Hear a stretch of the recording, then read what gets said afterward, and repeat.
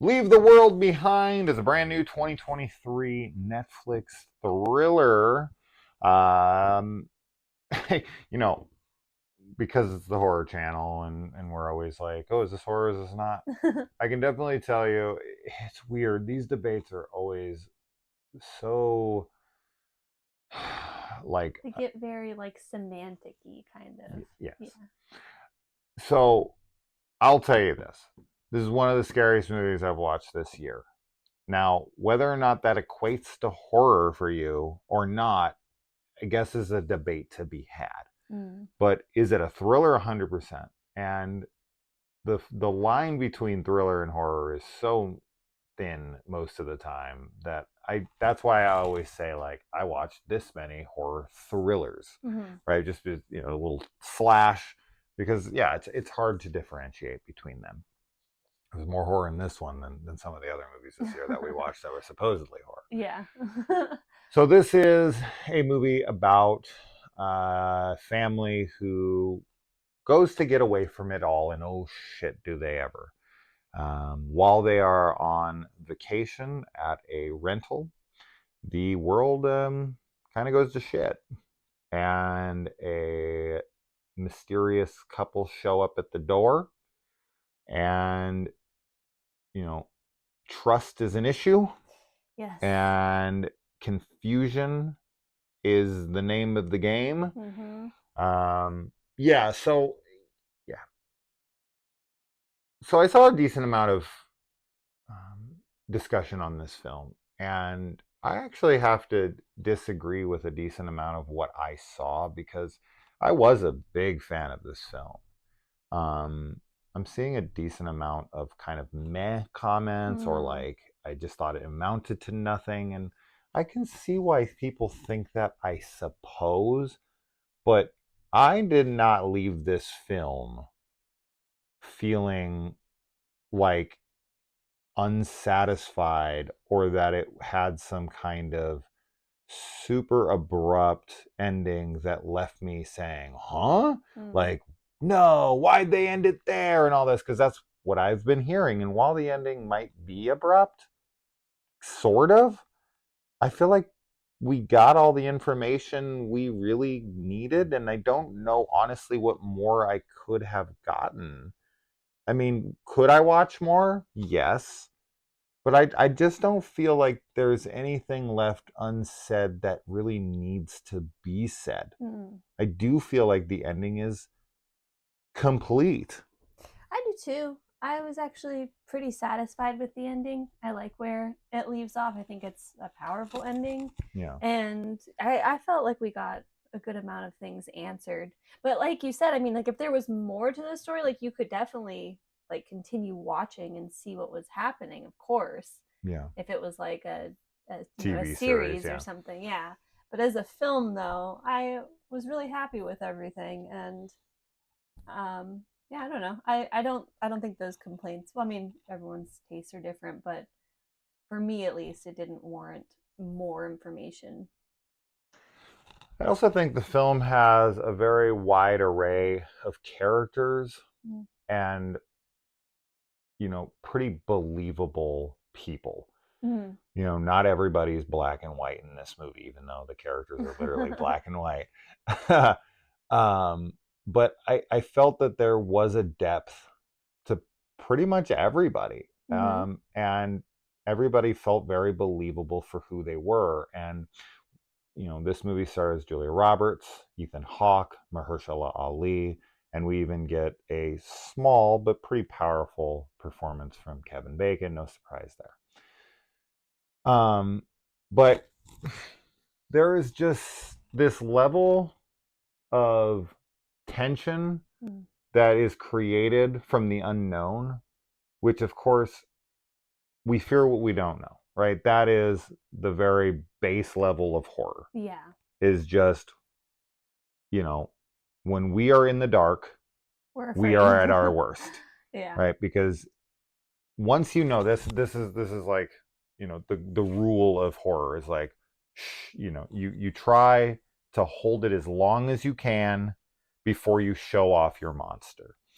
And once the monster's revealed, it takes a lot of the fear out of the audience, because once you've seen it, Mm. once you can grasp it, once you get a, some, you can conceptualize it, then you can start to like figure out a way to accept it or fight it or Mm-hmm. something, right?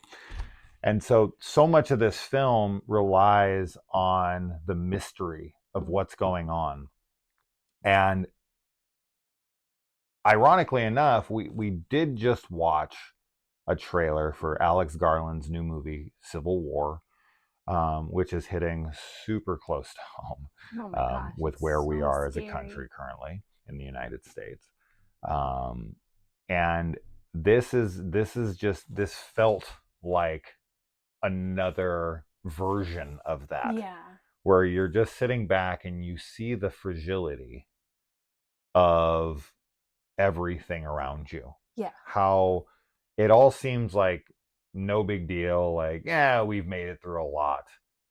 But it would take so little So little. for societal collapse.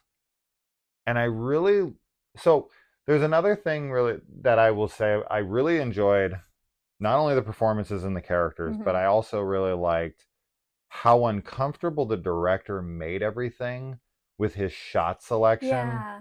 and his camera work. The camera work was super cool. There was so many really interesting shots and like camera angles where they're like going sideways and upside down and like on top of characters doing things. It was really, really cool. And I feel like visually, I mean, that's just great visual storytelling, obviously. Like the characters are so out of sorts with what's happening, and so's the audience, and that just parallels it. And nature becomes a Yeah. character in this, whether it be, our wildlife or just the earth itself. There's something ominous about just The anything, animals. anything in the world, because Yeah. we get shots of the earth from the Sure. outside, right? So that gives us this kind of like isolation.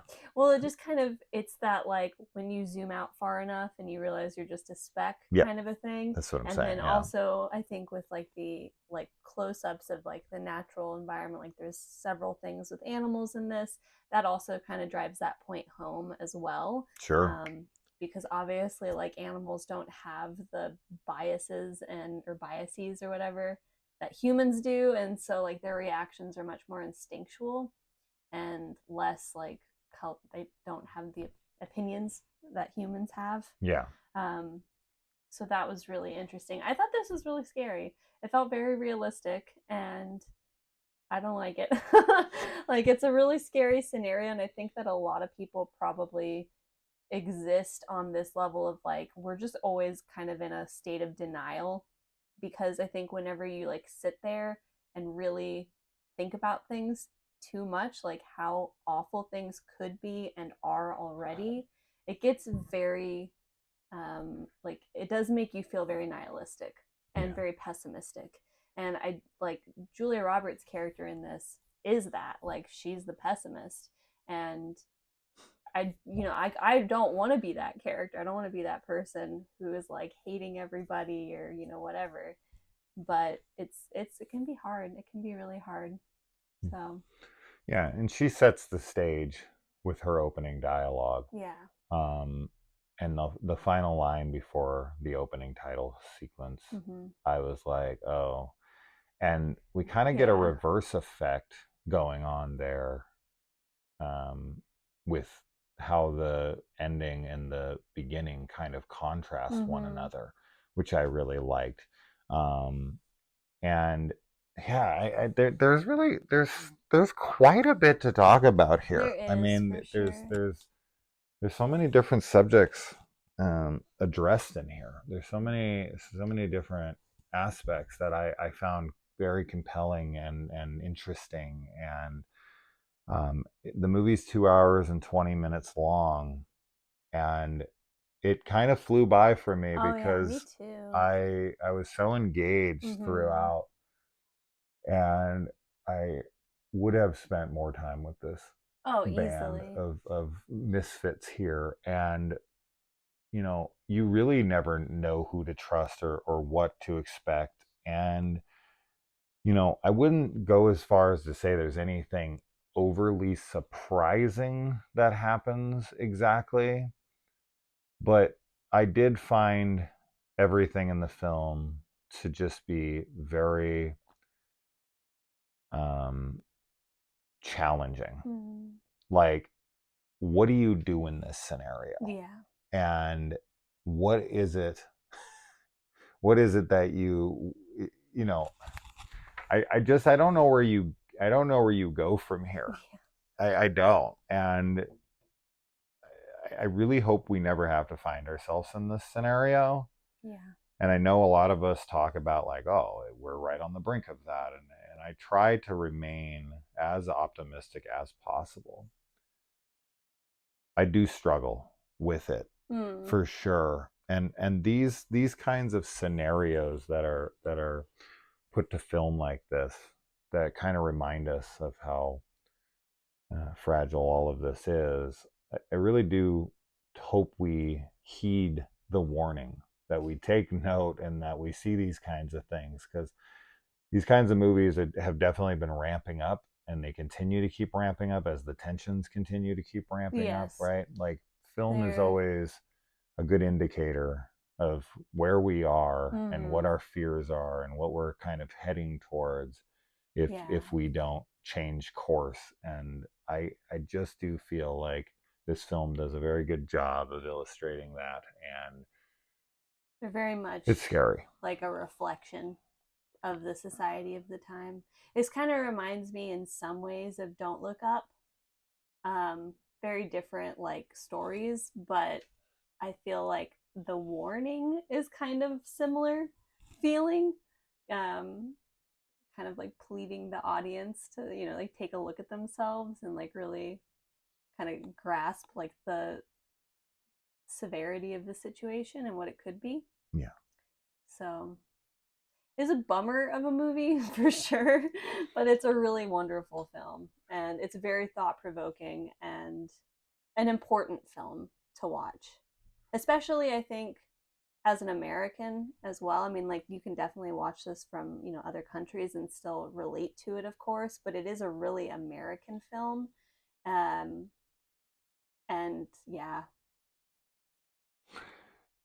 Julia Roberts typically is always like America's sweetheart Mm, in movies. They make her very likable mm-hmm. in most things, whether she's like the tough as nails, kind of root for her as she goes after people, Aaron Brockovich kind of stuff, or like, Pretty Woman, where she's like the underdog, or whatever. But man, she's quite the character here. She's very She's complex. definitely not a good person.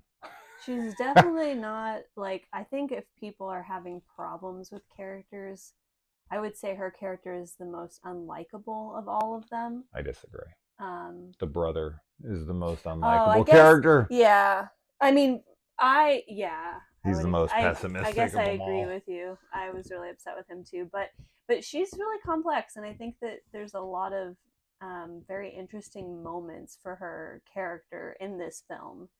And I just think that it does, like, I think everybody has in the film, all the characters have their moments where they're like a good person or where they're a bad person. And I think it really highlights that, like, people for the most part are not, it's not the black and white like you were saying at the beginning, like it's a mix. Like, people have good sides and bad sides to them, and especially in situations where they're feeling threatened or they're stressed or they're like, have heightened emotions that are like anger, fear, whatever, that it's not easy to like keep, like a level head, No, obviously.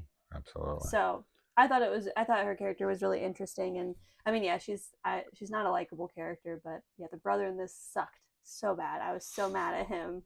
Definitely my favorite character would probably be the young daughter, or um the dad, the owner of the house. Mahershala, Yeah. yeah, So George. George, yeah, George.